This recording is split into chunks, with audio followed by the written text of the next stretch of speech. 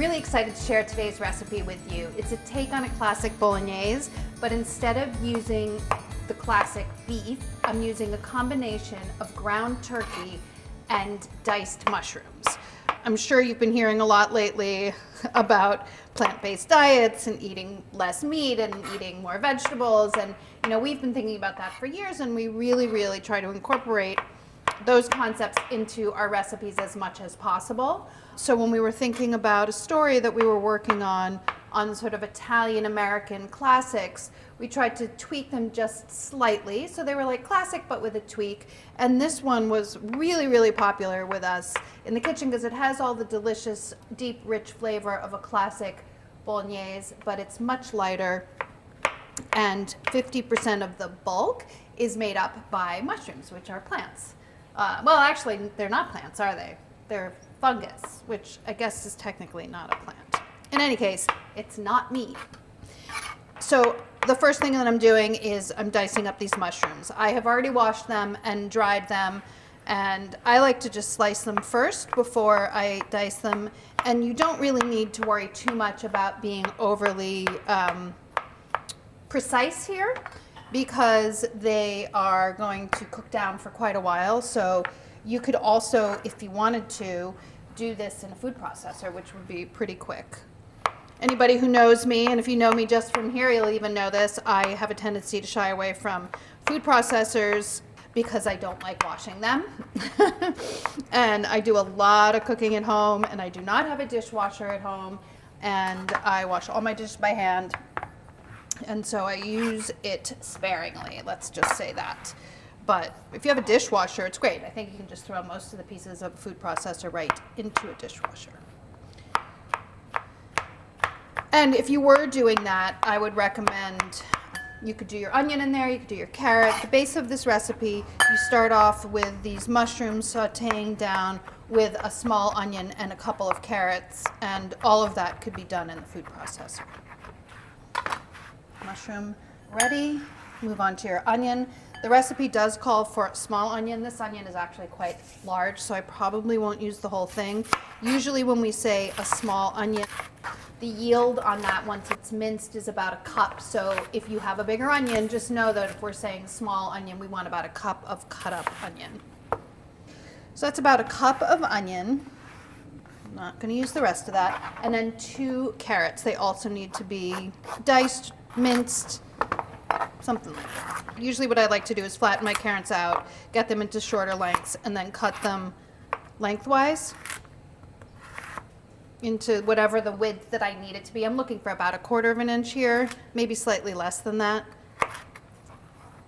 so that they cook down nicely and they don't take, you don't want like big chunks of carrot in your bolognese. As it cooks down, it should be like kind of homogeneous and sort of all melted in together, and that's not going to happen if your carrots are too big. So try to get them as small as possible. Okie doke. I would say roughly equal amounts of carrot and onion, and I think maybe I have a little bit more carrot, and that's okay, but I'm going to save these carrots to snack on because carrots are a great snack. Okay, so this is the first stage, and these vegetables need to saute down together. So heat a pot. You want to make sure that the pot is nice and heavy. That's the most important thing. This is a pretty big one, but it doesn't have to be quite this big, but you want to make sure that the bottom of the pot is heavy enough so that as you're cooking things slowly, they don't over reduce or burn.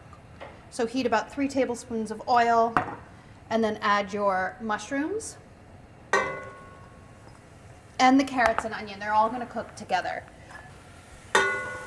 Always add some salt at this stage, which that's going to pull out some of the moisture and help these cook down more quickly, and of course intensify the flavor. You want to cook these until the vegetables are translucent, the mushrooms have released their liquid and starting to fry in the fat. That'll take, I don't know, anywhere between 5 and 8 minutes. So after about 8-ish minutes, the bottom of the pan is starting to turn brown. You have to be careful that it doesn't burn, but so far I'm doing good. The aroma is really amazing. The mushrooms smell fantastic. They're going to give so much depth of flavor and umami to this bolognese. It's very, very great. Now you can start layering in your meat.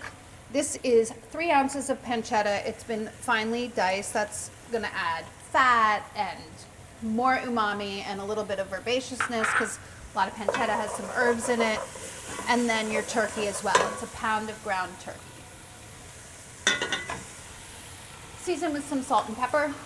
Say this all the time, but season as you go to build flavors as you go. But when you're using products that are a little bit salty, like the pancetta or bacon or, I don't know, what else? It has a lot of salt. Even like a store-bought broth, you should be careful not to over-season in the beginning. You want to build your flavor, but you don't want to end up with something super duper salty, especially with sauces and soups and stews that reduce quite a bit. So season, but cautiously. You can always adjust at the end. So this needs to saute until the turkey's no longer translucent. I'm just going to let it cook a little bit on a medium-high and chop up the garlic. It's 3 cloves of garlic that should be minced. Oh, this garlic is pretty good. Garlic definitely has a season, and as it gets older, it gets super dehydrated, dries out, and it doesn't taste as delicious. But this garlic is very nice. Stir. An added advantage of having your cutting board right next to the stove is that you can prep things and keep an eye on the pot. Oh, you know what? I was supposed to add 1 more tablespoon of oil. I'm going to add that now. I was just thinking, this isn't really frying. A little bit more oil. I'm only adding a total of 4 tablespoons of olive oil, but don't forget that there's also pancetta in there, and that adds fat too. And as the ragu cooks, it's going to seep out in the most amazing way into the sauce and make it super unctuous and delicious. If you do not eat pork, you can leave the pancetta out. Maybe add a little bit more mushrooms, a little bit, because this is giving depth of flavor too, just like I said. And the mushrooms really do that too. I've been making chili with chopped up mushrooms in it. We make burgers with chopped up mushrooms. They're a really, really great addition to meat dishes if you're trying to cut down on your meat consumption. So at this stage, you can add your garlic. Probably looks like a little bit more than I need. I need about a tablespoon, so there you go. I'm not going to use it all. Sometimes when I chop up too much garlic at home, I just put it into a little jar and cover it with oil and put it in the refrigerator for future use, because chopping garlic is not everybody's favorite task, and it's certainly not mine. So when I do extra, I like to keep it around. This is a tablespoon of tomato paste.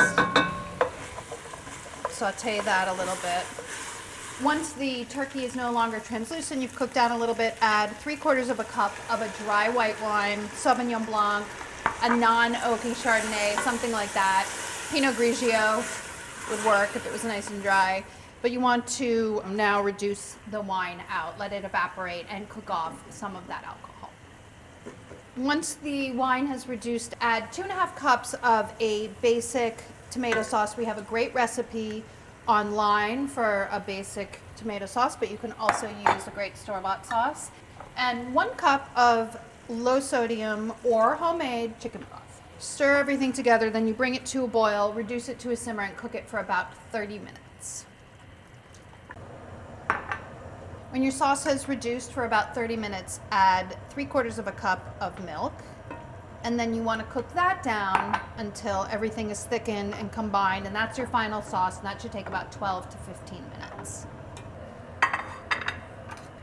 I always save a little bit of pasta water for tossing my pasta and my sauce to help it amalgamate, combine, get creamy, get nice and voluptuous. Okay, then you drain your pasta. Do it first.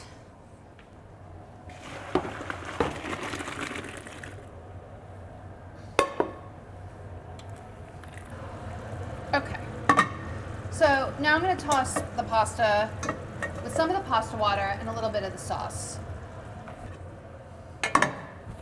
I like to do this on top of the stove because you finish the cooking of the pasta in the pasta sauce and the water for the best texture and for the most absorption of the sauce into the pasta.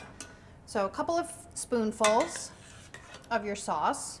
You can see that it's cooked down and it's nice and thick and it's sort of creamy already, and that's coming from some of that like emulsified fat from the pancetta. This makes more sauce than you're gonna need, but I like to toss it with some of the sauce, cook it with a little bit of the pasta water, and then serve a spoonful of the sauce on top. Italian-American grandma style. So give that a stir. You want a light coating of the sauce on the pasta at this stage, not too much. When I first started recipe testing, I worked for a woman who lives in Italy, she's American. Her name is Faith Willinger, and I went there to help her work on her cookbook, and then I came back and I tested the recipes here in the States. And that was the first time that I had seen this method of finishing cooking pasta in the pasta water on top of the stove, and it was kind of revelatory for me. I can't believe that I had never seen that before, but growing up we just had like the pasta and then a spoon of sauce on top, and this is just like 10 times better. You can see already really that it's coating the pasta. The sauce is like they've become one. You know, it's not like you're just dolloping sauce on top. You're really making this into a dish. You can stir in, this is not in the recipe, but you can drizzle with a little oil or a pat of butter just to finish off. I really like doing that. And then plate some of your pasta. I mean, look at that. Every bit of pasta is beautifully coated, but you do want to have like a little bit more of that meat sauce. So I'm going to give a nice spoonful of the sauce on top. So we're getting a great marriage of the nicely tossed and cooked in the sauce pasta with a little extra hit of sauce on top, a little bit of grated cheese. Parmesan is what I'm using. If you prefer Pecorino Romano or some other cheese, go for it. Live your life, that's what I say. Some parsley, maybe a little bit of black pepper, and dinner is served. This is a slightly lighter and just as delicious version as the original. Enjoy. Cozy. If you like recipes like this and you want more, make sure to click like and subscribe because we have plenty more where this came from.